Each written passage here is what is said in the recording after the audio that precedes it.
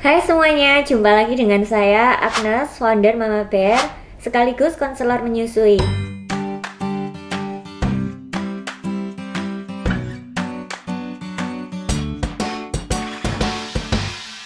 Hari ini kita mau ngobrol-ngobrol tentang gimana sih cara menaikkan produksi ASI dengan teknik pumping. Oke, sebelum kita lanjut, subscribe dulu ya di bawah untuk dapat update-update tentang tips menyusui dari Mama Bear. Jadi kita banyak banget terima konsultasi, mereka bertanya-tanya gimana sih cara menaikkan produksi ASI ketika produksi ASI itu sudah turun. Untuk kalian yang produksi ASI-nya lagi turun, kalian nggak perlu khawatir sama sekali. Kita masih tetap bisa menaikkan produksi ASI kita. Salah satunya dengan teknik power pumping yang akan kita jelaskan setelah ini. Power pumping sendiri itu apa sih?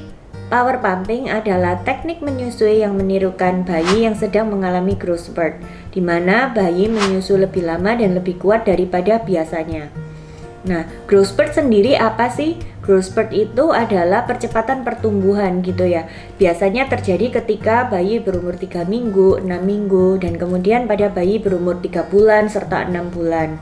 Di mana bayi itu biasanya sangat-sangat attach sama mama, seperti dia itu minta nenen setiap 5 menit, kelihatannya nggak kenyang-kenyang, sepanjang hari kayaknya rewel terus, dan fase-fase ini terjadi antara 3 sampai 7 hari. Tapi yang terjadi setelah itu, setelah bayi itu menyusu lebih sering dan lebih kuat daripada biasanya, ibu akan mengalami peningkatan produksi ASI. Nah, teknik inilah yang mau kita adopsi dan akan kita tirukan dengan menggunakan power pumping ini. Jadi gimana sih caranya? Kayak gini. Kalau pompa kalian double pumping, 2 corong seperti punya saya ini, kalian bisa melakukan seperti ini ya.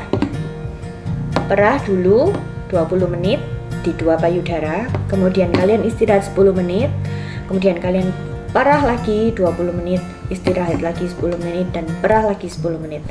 Jadi satu sesinya adalah 60 menit. Kalau kalian pompanya itu single seperti ini satu aja, kalian boleh mulai dari satu sisi payudara ini 10 menit, 10 menit, 10 menit, 10 menit, 10 menit, 10 menit.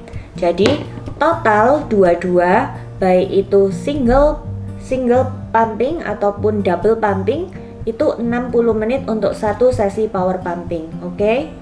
Kapan sebaiknya melakukan power pumping ini? Power pumping ini sebaiknya dilakukan antara jam 12 sampai jam 4, di mana hormon prolaktin sedang tinggi-tingginya. Kemudian berapa lama kita melakukan power pumping ini? Kita melakukan power pumping ini antara 3 sampai 7 hari berturut-turut ya. Jadi kalau misalnya dalam waktu 1 bulan untuk menjaga produksi ASI, kalian bisa lakukan ini sebanyak 3 atau 7 hari, sampai 7 hari sampai produksi ASI kalian meningkat. Tentu saja kenaikan ASI-nya itu perlahan-lahan ya. Jadi kalian nggak usah khawatir kalau pertama-pertama kalian power pumping itu dapatnya cuma sedikit. Yang perlu kita lakukan di sini adalah ingat menciptakan permintaan. Jadi yang kita lakukan ini adalah stimulasi. Hiraukan dulu hasilnya, karena hasil tidak akan mengkhianati usaha. Semangat terus ya Mam. Jangan lupa subscribe dulu di channel ini supaya kalian dapat semua update tentang tips-tips menyusui dari Mama Bear. Thank you. Sampai jumpa di tips berikutnya.